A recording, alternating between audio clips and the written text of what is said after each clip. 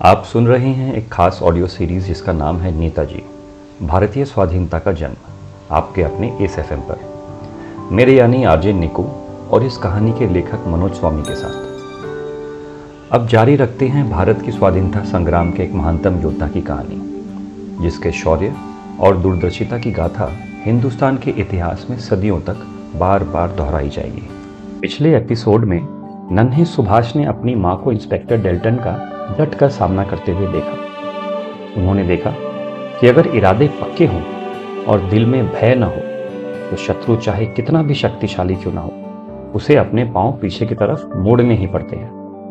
प्रभावती के इस रौद्र रूप को देखकर सुभाष के मामा ने झांसी की रानी की बात भी उठा दी। और फिर क्या था, सुभाष ने पुलिस वालों के जाते ही अपने मामा से झांसी की रानी के बारे में जानकारी हासिल करना शुरू किया। मामा ने रानी लक्ष्मीबाई की शौर्य और वीरता की गाथा में एक मशहूर कविता सुनाई, जिसमें 1857 साल की भारत की आज़ादी की लड़ाई का भी जिक्र था। हमने जब से नेताजी की जीवनी शुरू की है तब से हमें पता है कि बाल अवस्था से ही वह कितने निर्भीक, जिज्ञासु और दृढ़ निश्चय वाले व्यक्तित्व के थे।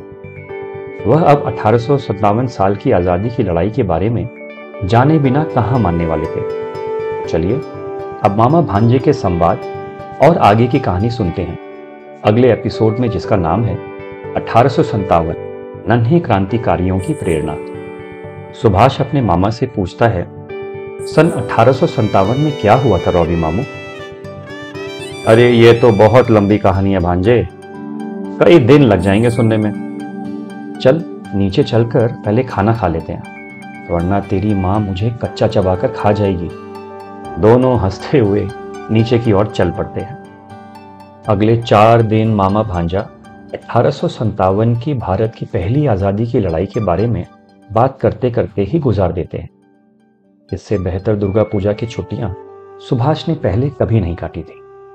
उन्होंने तो आज़ादी की उस लड़ाई के वीरों की तस्वीरें भी अपनी मामा की मदद से जमा कर ली थी, जिन्हें वह अपनी किताबों में छुपाकर रखा करते थे। इन छुट्टियों के बाद सुभाष को अक्सर 1857 की क्रांति के सपने आया करते थे। अपने मामा द्वारा सुनाई गई कविता, जिसमें भारत की पहली क्रांति रानी लक्ष्मीबाई और दूसरे शूरवीरों की गाथा का भी व्याख्यान था, वह उनके कानों में गूंजती थी।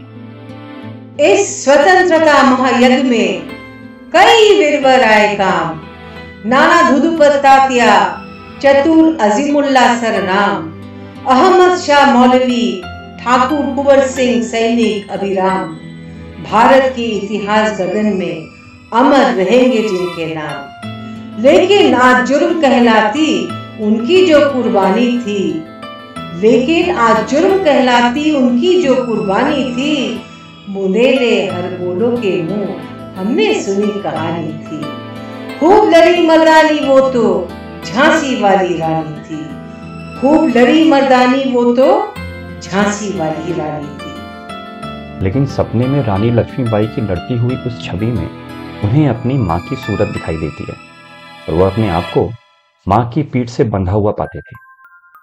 इंस्पेक्टर डेल्टन की तफ्तीश में शरद को बेकसूर पाया जाता है और शरद का परिवार कुछ ही दिनों बाद कटक लौट जाता है। शरद कलकत्ते में रहकर ही अपनी पढ़ाई पुनः शुरू कर देते हैं। कलकत्ते में रहकर भारतीय इतिहास और क्रांतिकारियों की गतिविधियों के बारे में कुछ जानकारी मिलने की वजह से सुभाष के तेवर काफी बदल गए थे। पहले वे रेवेनशॉ कॉलेजिएट स्कूल में अपने कॉन्वेंट स्कूल की वेशभूषा में जाया करते थे, पर ज्यादातर वहां के छात्र धोती कुर्ते में स्कूल आया करते थे। सुभाष को बंगला और संस्कृत भाषा का एकदम भी ज्ञान नहीं था, क्योंकि उन्होंने तो कॉन्वेंट स्कूल में सिर्फ अंग्रेजी और लैटिन भाषा में ही पढ़ाई की थी। इसी वजह से दूसरे छात्र उससे कटे कटे से रहते थे। स्कूल के शिक्षक भी इसी वजह से उससे थोड़ी दूरी बनाए रखे थे। सुभाष ने लेकिन अपनी बंगाली वेशभूषा को अपनाया और स्कूल जाना शुरू किया। इस बदलाव से स्कूल की जनता उससे काफी खुश हुई। उसने अपनी संस्कृत भाषा के टीचर से उसको संस्कृत सिखाने की गुजारिश की, लेकिन उन्होंने उसकी बात को गंभीरता से नहीं लिया। सुभाष ने लेकिन अपनी मेहनत और कुशाग्र बुद्धि का इस्तेमाल कर अगली संस्कृत की परीक्षा में 100 में से 100 नंबर लाकर सबको चकित कर दिया। रातों रात सभी शिक्षकों और छात्रों का उसके प्रति रवैया बदल गया। वह अब उससे बेहिचक मिलने जुलने लगे। स्कूल के हेडमास्टर बैनी माधव तो उसके भाई शरद की वजह से उसे पहले से ही बहुत चाहते थे। सुभाष के प्रति स्कूल में माहौल के इस बदलाव से वह बहुत खुश हुए। शीघ्र ही सुभाष अपने सहपाठियों में काफी लोकप्रिय हो गए, क्योंकि वह सबको 1857 की क्रांति की कहानियां जो सुनाते थे। कलकत्ता में बिताए हुए समय में सुभाष ने बंगाल में बह रही नवीन क्रांति के भी काफी सारे किस्से सुन लिए थे और उनको भी सुभाष अपने सहपाठियों में बांटते रहते थे। उनका अपने स्कूल में ही एक नन्हे क्रांतिकारियों का दल सा बन गया था और वह उस दल के लीडर थे। जानकीनाथ उनके इस बदलाव से खुश नहीं थे, पर उनकी मां प्रभावती देवी को सुभाष का यह बदलाव काफी पसंद आया। एक दिन स्कूल के बाद सुभाष अपने कुछ दोस्तों के साथ कटक के पास से बहती नदी महानदी के तट पर सैर करने गए थे। शाम का वक्त था और मौसम बड़ा सुहाना, सब बहुत खुश थे। सुभाष ने कहा, महानदी का तट कितना सुंदर है ना। उसके एक दोस्त ने जवाब दिया, वो तो है। सुभाष ने फिर अपने दोस्तों से पूछा, अच्छा किसी को पता है यह नदी कहाँ से शुरू होती है? उनके एक दोस्त ने जवाब दिया, मध्य भारत से। सुभाष ने आगे पूछा, और यह बंगाल से होकर किस सागर में मिलती है? फिर किसी ने जवाब दिया, बंगाल की खाड़ी में। सुभाष के प्रश्न अभी खत्म नहीं हुए थे। उन्होंने अपने दोस्तों से पूछा, बंगाल की खाड़ी किस महासागर में जाकर मिलती है? एक दोस्त ने जवाब दिया, हिंद महासागर में। सुभाष ने अपने दोस्तों से कहा, सोचो यह कितनी बड़ी और सुंदर बात है। जब एक महासागर पर हिंदुस्तान की हुकूमत है, तो हमारे इस देश पर हम हिंदुस्तानियों की हुकूमत होना कौन सी बड़ी बात है।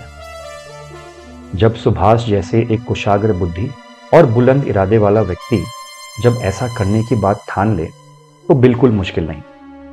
अपने स्कूल में इन नन्हे क्रांतिकारियों का दल तैयार करना बस शुरुआत थी।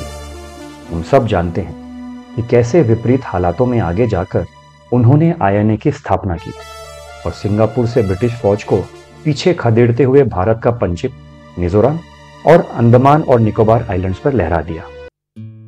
आज के लिए बस इतना ही। नेताजी और उनसे जुड़ी हुई आगे की कहानी हम आपको अगले एपिसोड में सुनाएंगे।